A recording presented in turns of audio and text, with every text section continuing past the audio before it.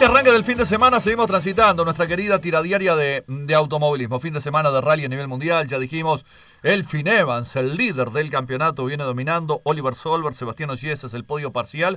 Eso está pasando en Japón y ya se cerró el primer día de actividad. Donde también se cerró el primer día de actividad es en la Toscana italiana, en Mugello, en Italia, para lo que es el motociclismo a nivel mundial. Hablando del motociclismo a nivel mundial, querido Dani, el gusto enorme de recibirte, bienvenido. ¿Cómo te va? ¿Cómo estás? Bueno, muy bien, Flavio, muchas gracias. ¿Todo bien? Todo bien, todo bien, todo bien. Bueno, todo en orden. Qué hermoso lugar es la Toscana italiana. Qué lugar, qué lindo, ¿no? Qué lugar hermoso. maravilloso. Es de los circuitos que conozco, circuito de 2012, Mugello, ahí sí. Estuve con Santiago Urrutia. Mirá vos, cuando arrancaba Lo recuerdo perfecto. Sí, divino no. lugar. Yo creo que, a ver, si todos, quienes han tenido la suerte de estar en Florencia, ¿no? Que está solo 30 kilómetros del circuito, muy cerquita de Florencia, esa ciudad, bueno, hoy Patrimonio Mundial de la Humanidad, ¿no? Declarado por la UNESCO, por todo lo que significa Florencia, que fue la cuna del Renacimiento, ¿no? Y cuando hablo de arte, no solamente hablo de arte en general, sino que ese lugar también es el lugar donde las fábricas más alucinantes del mundo están tan cerca, ¿no, Flavio? Como siempre lo repito, ¿no? Como en 400 kilómetros puede haber tanta inspiración, ¿no? Para crear máquinas alucinantes que han marcado en la historia tanto del automovilismo como del motociclismo, ¿no? Como Ducati, como Ferrari, como Lamborghini.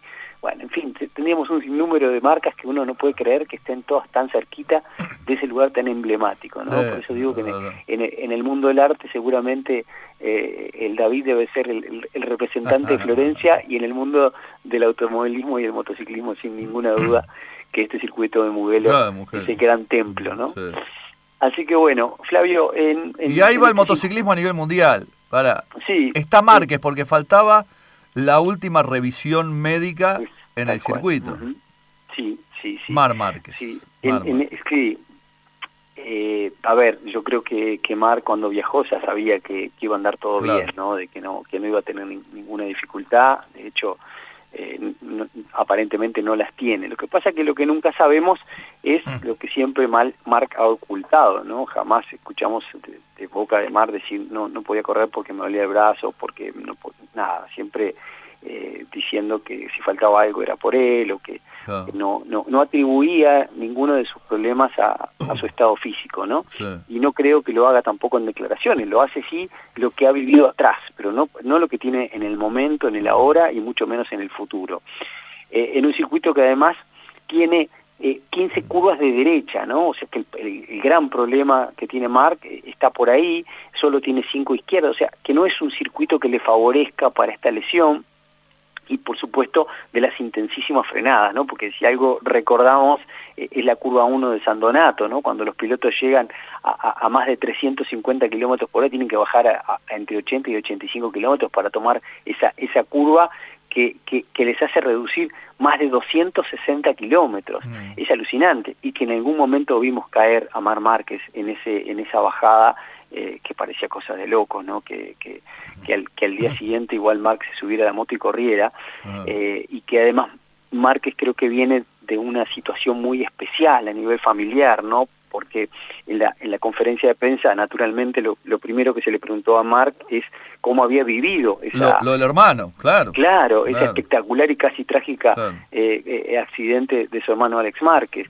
Y bueno, él naturalmente que vio todo negro, ¿no? Y que estuvo parado frente al televisor un buen rato porque no entendía, hasta no tener noticias reales de lo que había ocurrido con su hermano, que fue un momento muy complejo, ¿no? Y de hecho, a pesar de que las noticias le llegaban diciéndole que no era un estado, hasta que no consiguió verlo y darle un abrazo, dijo que había pasado muchísimas horas de un calvario, porque una cosa es pensar como un motociclista que dice, bueno, soy yo que tomo los riesgos, todo, pero cuando vemos seres queridos que les puede pasar esta situación, bueno, la perspectiva es otra, Flavio, sin ninguna duda. Y bueno, esta vivencia que tuvo Marc, no sé de qué manera, o si será algún motivo de afectar ese temperamento que ha tenido Marc alrededor de la historia de su carrera deportiva. Por eso esto hoy vamos a hacer un gran descubrimiento, ¿no? ¿Qué pasa con ese Marc Márquez después de haber vivido una situación así, después de haber estado con tantas y tantas operaciones en su hombro? Él decía, ¿no? que cuando se cae en Indonesia, ese tornillito que hablábamos la semana pasada, se corrió 2 milímetros. Pero esos 2 milímetros fueron suficientes porque además a él no le causaba dolor. Esos 2 milímetros fueron los responsables de tocar ese nervio y causarle esos problemas, porque él no sentía ningún tipo de dolor, nunca lo sintió. Lo que él le pasaba, que era raro, era que no perdía sensibilidad y había cosas que se retrasaban cuando su cerebro le daba el comando, ¿no? A su mano y a su brazo para hacer alguna acción, y de hecho confesó, y esto ya lo conté, de que la caída que tuvo donde se fractura el pie y donde termina el desenlace de las 2 cirugías al mismo tiempo, es justamente porque él dice, yo me giré ya tomando la curva y mi brazo no me hizo caso, ¿no? Y termina tocando el piano y la raya blanca. Pero bueno, esta situación, naturalmente, que hace que el ensayo real, que es este gran premio, vea cuáles son los resultados de esta última cirugía, de esta creo que 7ª cirugía en ese brazo y en ese hombro, y veamos los resultados de lo que ocurra.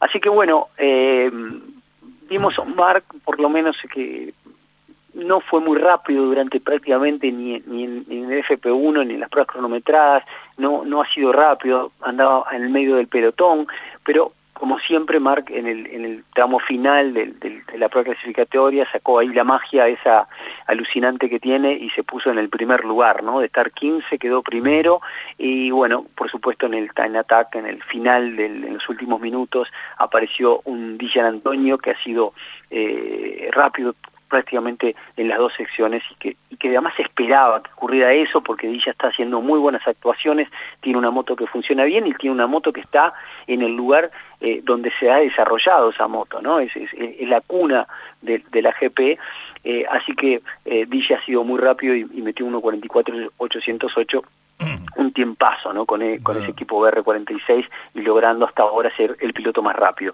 Pero un piloto que sí también ha sido consistente durante estas 2 secciones ha sido Banaya, un Pecco que ha ganado muchísimas veces en este circuito, de hecho 3 veces consecutivas, o sea, un circuito que le cae muy bien, que está ante su público, que está en el circuito, como decíamos, de Ducati. Me parece que la actuación de este fin de semana de Pecco va a ser muy relevante. Sorpresa ahí apareció al final, que realmente no me había dado cuenta, Enea Bastianini con la Ducati, mete el tercer, con la Ducati no, con la KTM, mete el tercer mejor tiempo, donde no se había aparecido absolutamente nunca, ¿no? No sé qué ocurrió, pero Enea logró un tiempazo, por supuesto en un circuito como italiano que ha rodado muchísimas veces y lo tiene por la mano. El cuarto tiempo también con el mismo criterio, Franco Morbidelli con la otra Ducati, y Fermín Leguer completando los 5 mejores. Ahí aparece Marc, que reitero, ha sido desplazado en los minutos finales hasta el 6º mejor tiempo para Marc Márquez, que por lo menos queda pronto para estar en el Q1 y no tiene que atravesar, para estar en el Q2 sin tener que atravesar el Q1. Marco Bezzecchi también fue dominante prácticamente siempre y termina con el 7º mejor tiempo. Jorge Martín hizo lo suyo de la misma manera, ha sido protagonista hasta el final, ahí aparecen las 2 Aprilia, y en el 9º mejor tiempo la gran sorpresa, Alex Rin con la Yamaha consigue el 9º mejor tiempo hasta el momento. El 10º fue para el brasilero, también muy buena actuación de Diogo Moreira en un circuito que, como decimos, es un rookie, ¿no? Nunca había estado en MotoGP con velocidades alucinantes. Recuerden que el año pasado en este circuito la KTM recorrió 367.1 kilómetros por hora de velocidad final.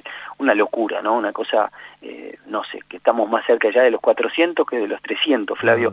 No se puede creer, pero bueno, esto ocurre en este circuito de la Toscana, que bueno, que representa la máxima velocidad del Mundial de Motociclismo. Qué bueno, en este primer día de actividad que ya se cerró y que bueno, que tenemos ese ser diferente de Márquez. No está Johan Zarco, ni está Alex Márquez, por supuesto, ¿no? Ya lo hablamos después Tal cual, sí, fuertísimo otra de las golpe. cosas que comentaba Mark, ¿no? Que la caída de su hermano, naturalmente, por lo que ya hablamos, pero también le impresionó muchísimo lo de Johan, ¿no? Los arcos, claro. Cómo se enreda en esa moto y bueno, parece un milagro que los dos estén ya en su casa, ¿no? Claro. Pero bueno, Flavio, yo creo que acá hay alguna interrogante porque Marc fue el último ganador. Marc ganó el Marc Márquez sprint y la logró carrera. cosas importantes en Mugello, la Toscana italiana. En el 2010 consiguió su primer triunfo mundialista, en ese momento Tal cual, 125 en este circuito centímetros. en la categoría Moto Llegó a 3, su sí. pole número 100 en el 2025. Y el 93 logró su triunfo 93. O sea, también, ¿no? Sí, y ahora, a ver, acá hay dos desafíos, mira qué interesante. Se celebran los 100 años de Ducati. Aunque hay cierta trampita ahí, ¿no? Porque se celebran los 100 años de Ducati desde el comienzo de la fábrica haciendo radios, ¿no? Fíjate que su primer moto se fabrica en 1946. Pero claro, falta mucho todavía para el 46, así que Ducati quería encontrar una celebración y le pareció interesante lo celebrar. de Yamaha fue música, ¿no? O sea, Yamaha, claro, sí, y sigue siendo, ¿no? Sigue siendo uno de los mejores constructores de instrumentos musicales, ¿no? Sí. De instrumentos musicales, sí, correcto. Y bueno, Suzuki eran telares, o sea, es curioso porque todos, a ver, de alguna manera ocurre a través de las guerras, ¿no? Cuando aparecen las guerras, las fábricas se reconvierten en hacer cosas distintas porque por ejemplo, radios tenía una cierta limitación porque podían ser instrumentos además de guerra, ¿no? Y en una Italia destruida, bueno, había que hacer algo para transportarse porque había muy poco combustible, porque las carreteras estaban destruidas, y Ducati decide colocar motores en bicicletas, ¿no? Y desde ahí comienza esa fábrica a construir lo que hoy conocemos como una de las mejores motos del planeta, ¿no? Es fantástico. Así que, ¿qué se va a encontrar este fin de semana esta fábrica? Con los 100 años de su historia y además con el triunfo número 100 de Marc Márquez. Si Marc Márquez gana este fin de semana, consigue su triunfo número 100, como tú contabas cuando lo hizo con 93, ¿no? Así que bueno, si se cumple la cábala, va a ser un grandísimo festejo para la fábrica y para los italianos, ¿no? Y naturalmente para los españoles también, pero en este caso el escenario está en la cuna del motociclismo italiano, ¿no? En este circuito que tanto hablamos hace un instante.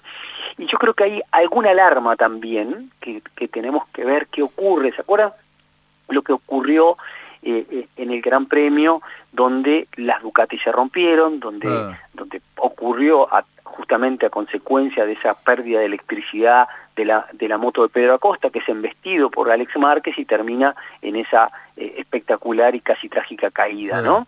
Entonces, ahora estaba viendo que en la recta de Mugello lo mismo, se para la moto de Brad Binder. En un momento uno podría pensar, bueno, seguramente fue una rotura de motor, no debe haber sido eléctrico. Binder para en el entrenamiento, sale la bandera roja, entra en la moto que había quedado apoyada contra el muro lateral del circuito, la entran a boxes, cambian la escena de cámara y de repente la cámara vuelve a la moto de Brad Binder, le pone el motor de arranque y la moto arranca. ¿Habrá sido lo mismo? No lo sabemos. ¿Cuál es acá la preocupación? Es que en la entrevista que le hacen a Pedro Acosta, también en la sala de prensa, Pedro dice, bueno, la moto tuvo un fallo, pero yo tomé la moto el lunes en los test y la probé y nunca pasó nada. Y le pregunta, pero ¿cuál fue el problema? Y bueno, en realidad no se sabe cuál fue el problema. Claro. Me pareció muy raro, ¿no? Que el piloto declarara que no sabe el problema. Yo internamente decía, por supuesto que KTM tiene que saber exactamente lo que le pasó a la moto, ¿cómo no va a saber? ¿No? O sea, no va a volver a pasar porque evidentemente que saben, pero no lo podían declarar públicamente. Pero ahora hace instantes pasa esto de que la moto de Brad Binder se detiene en plena recta. Por suerte venía solo, Flavio, no venía nadie, venía solito en esa recta. Nos deja con preocupación y me imagino que las autoridades van a tener que investigar un poco más qué fue lo que pasó, porque cuando la moto vuelve a boxes, le cambian de moto, la moto quedan trabajando los mecánicos y le dan arranque y arranca. No se rompió el motor. Algo eléctrico volvió a ocurrir. Si tiene algo que ver o no tiene que ver, no lo sabemos. pero nos deja preocupados. Imagínate en esa recta más de 250 kilómetros que vayan todos apretados como pasó en el Gran Premio anterior, y la moto de Binder o cualquiera de las KTM se detenga en plena recta. Es preocupante. Sí. Realmente me quedé un poquito angustiado y pensando que ojalá que haya una explicación técnica y bueno, nos saquen de dudas sobre lo que le pasó esta vez a la moto de Brad Binder, y que no haya sido lo mismo que le ocurrió a Pedro y lo mismo que le ocurrió a Brad Binder también, ¿no? En ese mismo fin de semana de España, ¿no? O sea, no lo sabemos, Flavio, así que sería importante saber cuál es el motivo de esa última parada de Brad Binder. Detención. Bueno, querido Dani, falta mucho todavía, jornada clasificatoria, mañana el sprint clasificatorio, 10 de la mañana, ¿no? Si no me equivoco, a las 10. Sí, 10 de la mañana. A las 10 y a las 9 MotoGP, antes por supuesto Moto 2 y Moto 3. ¿Algo más al cierre de este primer día de actividad y en la Toscana italiana, en Mugello en Italia, para el motociclismo mundial? Te puedo dar algo sobre lo que ocurrió en Moto 2. Sí. Creo que la noticia es ella parece que Manu tiene una oferta, porque no hablamos de lo que está ocurriendo con el tema de los pilotos, ¿no? Prácticamente casi todos los pilotos ya tienen un lugar. Queda por resolver el tema de Fernández, de Raúl estoy hablando, y el tema de Viñales, que el jefe de equipo no quiere que Viñales firme con ellos hasta no saber cuál es el nivel de salud de su hombro, ¿no? Porque Viñales, bueno, prometió, y capaz que este fin de semana se resuelve, prometió de que él decía que está bien del hombro, que no tiene más problemas, y bueno, ahí dependerá si queda o no queda, y bueno, si Viñales no queda, Manu González podría llegar a ser el sustituto de Viñales en el equipo KTM, o sea que este piloto que viene de un año casi como campeón, y este año viene mucho más firme para ganar este campeonato 2026, podría eventualmente ser el próximo sustituto de Maverick Viñales. Sin duda Brad Binder no está todavía contemplado, podría ser también, pero no está contemplado todavía en ningún equipo, así que son los últimos lugarcitos que van quedando para la temporada 2027, esa temporada que venimos hablando tanto, de que el cambio va a ser tan brutal, que desconocemos, que estará ocurriendo en ese futuro. Pero tengo que pedir disculpas porque no sé por qué no me conecta y no quiero darles una información equivocada sobre lo que ocurrió por ahora, ¿no? En la categoría Moto 2,